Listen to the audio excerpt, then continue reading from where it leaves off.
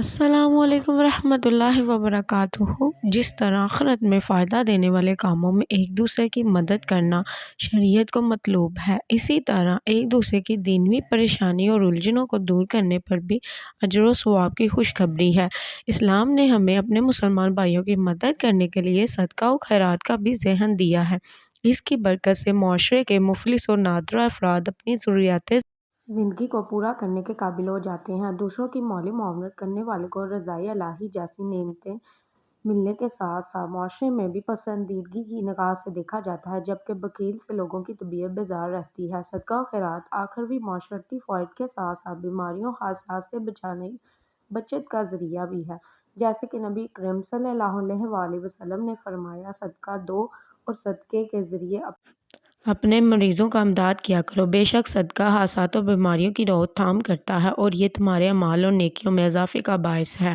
رمضان میں صدقات کی کثرت، دوسروں کی مالی مدد کا سلسلہ یوں تو سارا سال ہی رہتا ہے، لیکن بالخصوص رمضان المبارک میں کئی عاشقان رسول صدقہ و خیرات سے نادرہ مسلمانوں کی مدد کرتے ہیں۔ نفلی صدقات کے ساتھ ساتھ ماہ رمضان میں صدقات واجبہ مثلاً صدقہ فطر اور زکوٰۃ کی ادائیگی کی طرف بھی اکثریت مائل ہوتی ہے، لیکن یاد رہے کہ زکوٰۃ کی ادائیگی فرض ہو جانے کے بعد رمضان کا انتظار نہ کیا جائے بلکہ اسی وقت ادا کر دی جائے۔ ثواب آخرت کے ساتھ ساتھ زکوٰۃ کے دینی فوائد بھی ہیں، مثلاً اسلامی بھائی چارے کا فروغ۔ جب مالدار شخص زکوٰۃ ادا کر کے کسی غریب اور تنگ دست آدمی کی مدد کرتا ہے تو ایک جانب اس کی مالی معاونت ہوتی ہے تو دوسری جانب دلوں میں اپنے مسلمان بھائیوں کے لیے ہمدردی اور حسن سلوک کا احساس پیدا ہوتا ہے، جو اسلامی بھائی چارے کے فروغ کا سبب بنتا ہے۔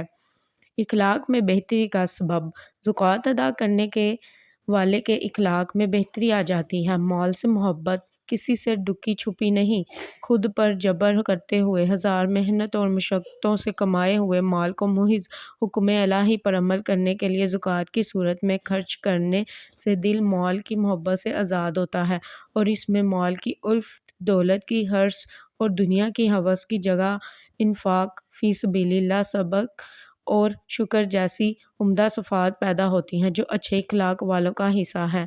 صحت مند معاشرے کی تشکیل، زکوٰۃ کی ادائیگی سے ایک صحت مند اور خوشحال معاشرہ تشکیل پاتا ہے، کیونکہ معاشرے کی بدحالی کا بنیادی سبب محتاجی ہے، جس کی وجہ سے اخلاقی بدحالی، سماجی تباہی، تہذیبی پسماندگی اور تعلیم سے دوری نظر آتی ہے۔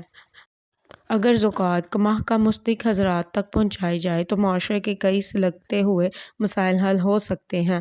الغرض مولا تعالیٰ نے اپنے بندوں کو بہت سی پریشانیوں سے بچانے کے لیے زکوٰۃ جیسا شاندار نظام عطا فرمایا ہے۔ آج بھی اگر تمہارے صاحبان نصاب صدقہ دل اور حسن نیت سے زکوٰۃ نکالنا شروع کر دیں تو شاید کوئی مسلمان بھوکا نظر نہ آئے۔ مزید ایسی ویڈیوز کے لیے ہمارے چینل کو لائک کریں، سبسکرائب کریں۔